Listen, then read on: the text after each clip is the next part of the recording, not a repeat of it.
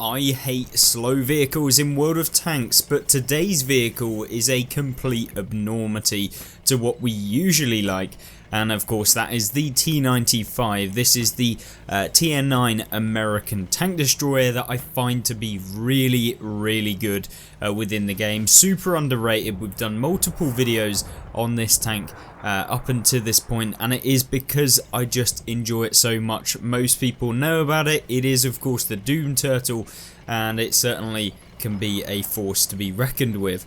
And the key thing about this vehicle over some of the other tier 9 tank destroyers is that it actually has armor. You can look at things like the Tiger, which is supposed to have armor but doesn't really, because pretty much every single tank at this tier will be able to go through you.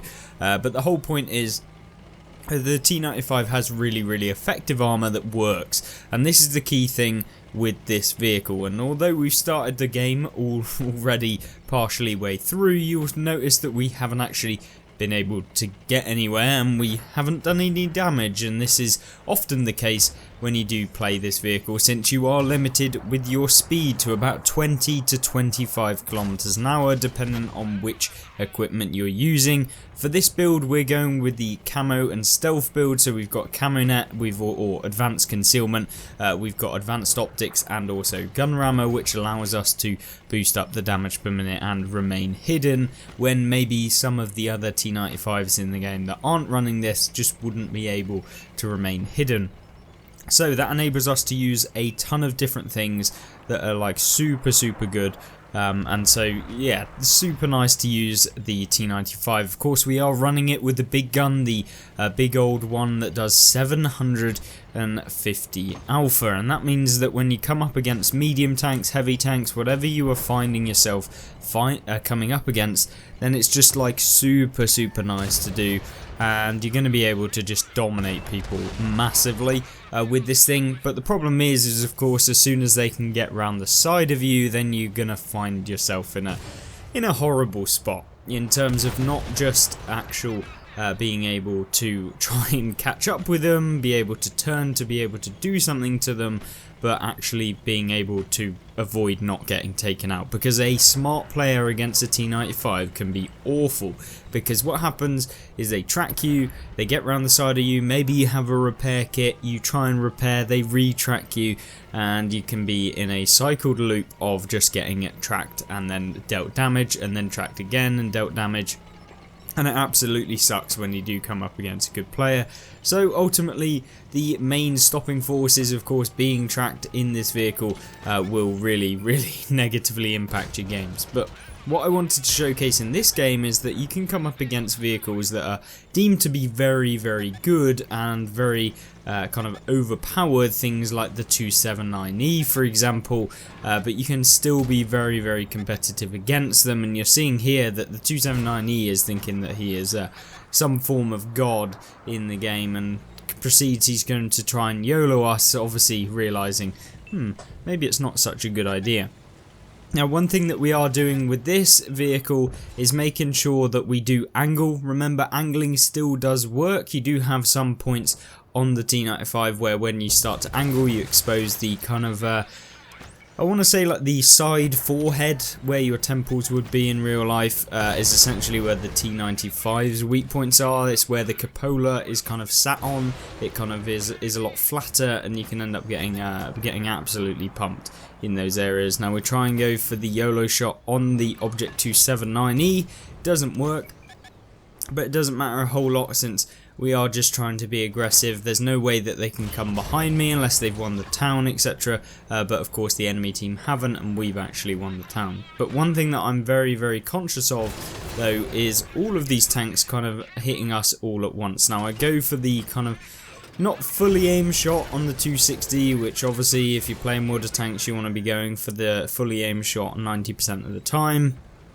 But that's where we kind of have to take advantage of having that armor, because sometimes you do get caught out. Maybe you miss or you don't do the full amount of damage, and then you're going to find yourself in not such a great position. Now luckily we've been able to bounce quite a substantial amount of damage 2,700 to be exact, and of course picked up 3,400 actual damage as well. So really nice starting to the game. It will continue as we move forward, and I think the key thing for me in this replay was not just to showcase how good the tank can be, but also, like, you know, this is not an ideal position. It's 1 versus 3 at the end of the day. We had a Tiger 2, which is tier 8. We've got an Object 279E, which most tier 9 vehicles would absolutely hate to come up against, not only because it has pretty good armor if you don't have the penetration that we do, but it also has a very meaty 440 Alpha that can be a pain in the backside. Now, another vehicle that you probably wouldn't want to come up against is an Object 260, but of course we've got them all when we come over here. Now, the 260 is a bit of a troll in terms of its armor model. It has that kind of not boat-shaped hole, but it definitely has annoying side armor that you have to be quite careful when aiming, and I'm trying to go for the engine deck when trying to aim at this guy. You can see me looking for that back, because if we can land into the engine deck, we're going to be easily able to pen, or alternatively the frontal plate that's angled towards us, since we've got more than enough penetration to be able to do that. It's just whether or not we can actually do that. You can see him aiming, and we just reload as he goes back around that corner. And unfortunately our round isn't quite quick enough to actually hit him before he gets into a much better position. And now we are continuing to poke out against him. There's no harm in doing it, and eventually we will be able to pen. We just have to kind of wait and hope. Now, granted, some of these shells could have probably aimed them a lot better, but I was thinking, I don't know, I was probably just not paying 100% attention, and really we should have just waited for him to expose either the side of his turret, expose that hull armor when it's not angled like you're seeing here. He keeps pulling out. We're just waiting now, and then of course when you take it calm and collected and you do that, then you can easily get the damage. Now, the Borsig on the enemy team, thinking he's funny and not realizing that there's some TDs in the back, has made the ultimate mistake of trying to rush a T95. Now, had we had a HE round there, we could do 1,000 damage on average to him, and I highly recommend you do carry some HE rounds. They are amazing for if you come up against things like a Waffle at E100, or some of the lightly armoured vehicles, things like an FV4005, and it will allow you to boost up that damage even more. And as you're seeing here, we've been able to not only deal 4,700 damage with 962 assists, but we've also been able to block nearly 5,000 damage as well. Now, I'm still trying to get this 260 out of the game. We keep bouncing off of him. The aim shots just are not doing it today. And of course, we are trying to go for the cupola in that last shell, but it still doesn't hit, and unfortunately we don't have the overmatch mechanic that some of the other variants of World of Tanks have, so we don't manage to deal what we were hoping to do there. Now, the Leopard 1 on the enemy team looks like he's running towards the town, and we have indeed got the object, or the Barask, now rushing towards us as well. Now, he looks like he's actually going somewhere else, so we're not too worried about him, and we're actually spotting for our teammate in the Scorpion there, which is really nice, and of course we can get that extra damage, or at least assistance damage, using the view range that we do have. Now, there is now a heavy tank, the 260, still in that area, still waiting to come out, and now I decide, you know what, time to put the camo to good use. So we come up in the bush, we set up our little shop, and now we're just going to wait till he gives us the right shot, and we're going for that upper plate angled down onto it, whilst he's also angling it towards us, and we manage to pen it, not even getting spotted either at the same time. So really nice to have in your arsenal is just the knowledge of those angles, and of course not rushing your shells like I was earlier in the game, and that's going to secure you that damage as you move on. Now, there is of course 3 vehicles on either team. We've had a pretty decent game so far, but there is of course 2 tank destroyers on the enemy team along with that Leopard, who could provide a really annoying side to the enemy team. So we've got to remain a little bit cool and calculated. Don't try and rush things too much, and so we'll just calm it down a little bit as we decide what we want to do in this game. So I was hoping, maybe not, that the tank destroyers or something would come in the middle and I'll be able to get an easy shell into them, use this weird angle to be able to get up and increase the chances of bouncing around as well, but it doesn't seem like there's a whole lot coming over here. But I am a little bit worried about the fact that these tank destroyers could potentially be able to kind of move in, or if I try and move in, I'm going to get spotted and then absolutely clapped by them, because of course I'm pretty slow. So if you don't have to move in a T95, you ideally don't want to move, but remember, sometimes it's imperative for you to move to be able to get the next level of damage. And although we've had a good game with 5,400 damage and 1,100 assist, you could potentially make the argument that we could get even higher had we been more consistent with dealing damage to the Object 260. We wouldn't have wasted so much time and we could have potentially gone round and farmed up extra damage so far. But either way, really nice beginning to the game, and there is just 3.5 minutes left on the clock. I'll join you back when some more action happens. So the enemy medium tank in the Leopard 1 does indeed get spotted, but he got spotted over in E0. So I'm deciding it's time to go cover my friend in the medium tank, and hopefully we can get a free shell of damage on him. But it is starting to get to the point where the game could end by literally just running out of time. We've only got 2 minutes left on the clock, so I don't want to waste too much of your time as we move towards, because remember, I had to play this game, so it was a very long one, and of course showcasing it on YouTube, just to give you an idea as to what this tank is actually like. You know, I could show you tons of games where we do 7k, 8k, stuff like that. It's possible in this tank. It's super possible, because you can be aggressive and you can have a very good damage per minute.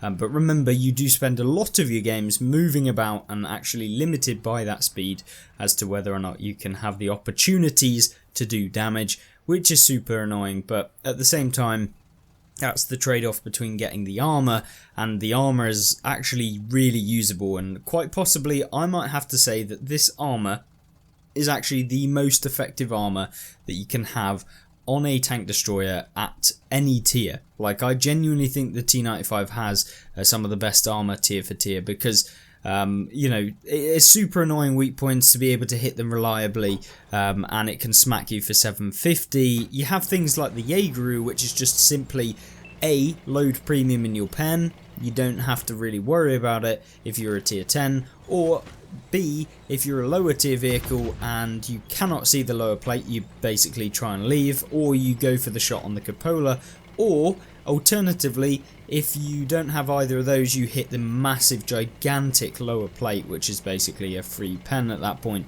So yeah, super easy to be able to pen. But you're seeing there, the Leopard 1 gets taken out by our 30B, I believe. It may have been a 50B, not entirely sure since the designation got turned off, but we can now skip ahead a little bit and see if we can find those tank destroyers in the enemy team. So unfortunately we never actually managed to find those tank destroyers, and we had to end the game with a draw. I didn't even realise Wargaming actually did that anymore, and so when I saw the draw I was kind of upset, since we had both taken out more tanks and probably done more damage to the enemy team. But you know, hey ho, it is what it is. The draw counting as basically a loss for everybody in that game, and yeah, kind of sucks. But either way, really good game. And of course, let's jump into the next one. So the next game that we do have is a more interesting one, because it's much quicker than the previous, and you can see a little bit more about the action of the T95 when you do get into these close quarters engagements where you're having to fight multiple opponents, when you've got lots of things in front of you that you can farm up, and of course how quick it can push through a flank. And of course on this sort of map I was thinking, you know what, maybe we could go up the hill, but you know, the temptation from the banana alley that runs in the 8 and 7 line is of course too much, and we have to go down here to find out what heavy tanks are sat there ready to be farmed by A, the AP rounds, or B, the APCR rounds, which are absolutely filthy on this tank and have like 320 pen or something ridiculous. That basically means every single tank that you come up against is a free pen if you don't completely bot aim and go for the largest armor value on the frontal area of the tank that you're shooting. But one thing you're seeing here, oh look, a VKB that prides itself on having brilliant frontal armor. Oh, did we just pen him through the lower plate? Yeah, we did, yeah. And could potentially pen him through the upper plate as well, but never mind about that. Oh, look, a Sturm Tiger. I mean, both ones low rolling in this game, but either way, the Sturm Tiger, yeah, getting punished by us. And at this point, having picked up 1398 damage in just 2 shots, I'm thinking, this game looks a little bit too easy for our team, so it's time to push in before we end up losing the opportunity to deal any more damage. I want to be on the forefront. It's just me pushing the Sturm Tiger and this VKB at this moment in time. We have got some people in support with regards to them sniping from the back, but it's nothing too spectacular.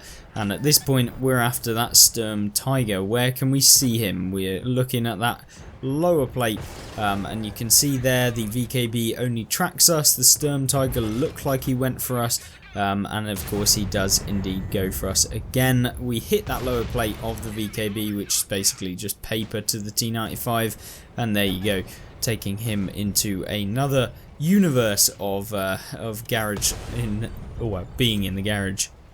Either way, Sturm Tiger here looking like he wants a bit of us. And of course we're not going to get too hurt about the fact that we need to push around and deal damage to him, since I want to make sure that I get some damage within this game. We do get tracked, which is a little bit annoying, and the Sturm Tiger looks like he may even be able to get away with actually being pushed.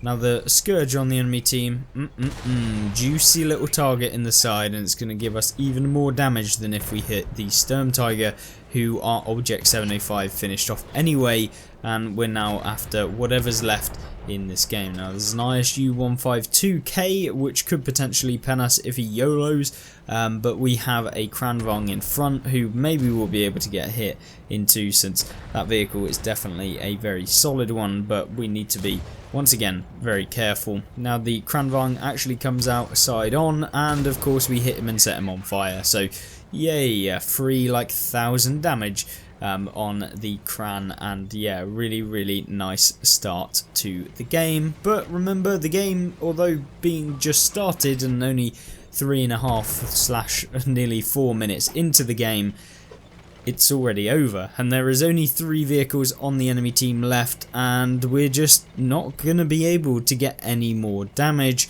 And yeah, that is the game. I guess I can skip ahead to the victory screen, and of course you can see that right now. There you go, come top on the team, 4,500 damage and 1,400 blocked assistance, or block damage even. So yeah, the T95, a very solid vehicle, and hopefully you guys actually enjoy watching this thing, because it is a monstrosity and probably easier to watch than when you play it, because you don't have to sit around for 3 minutes in between each clip. So yeah, either way, fantastic tank to play, and hopefully you guys did enjoy, and I hope that you join me back in the next video. Have a look at the gameplay and tank reviews playlist if you want to see more, or have a look at the most recent news article on the latest update of World of Tanks on the left. Thank you and goodbye.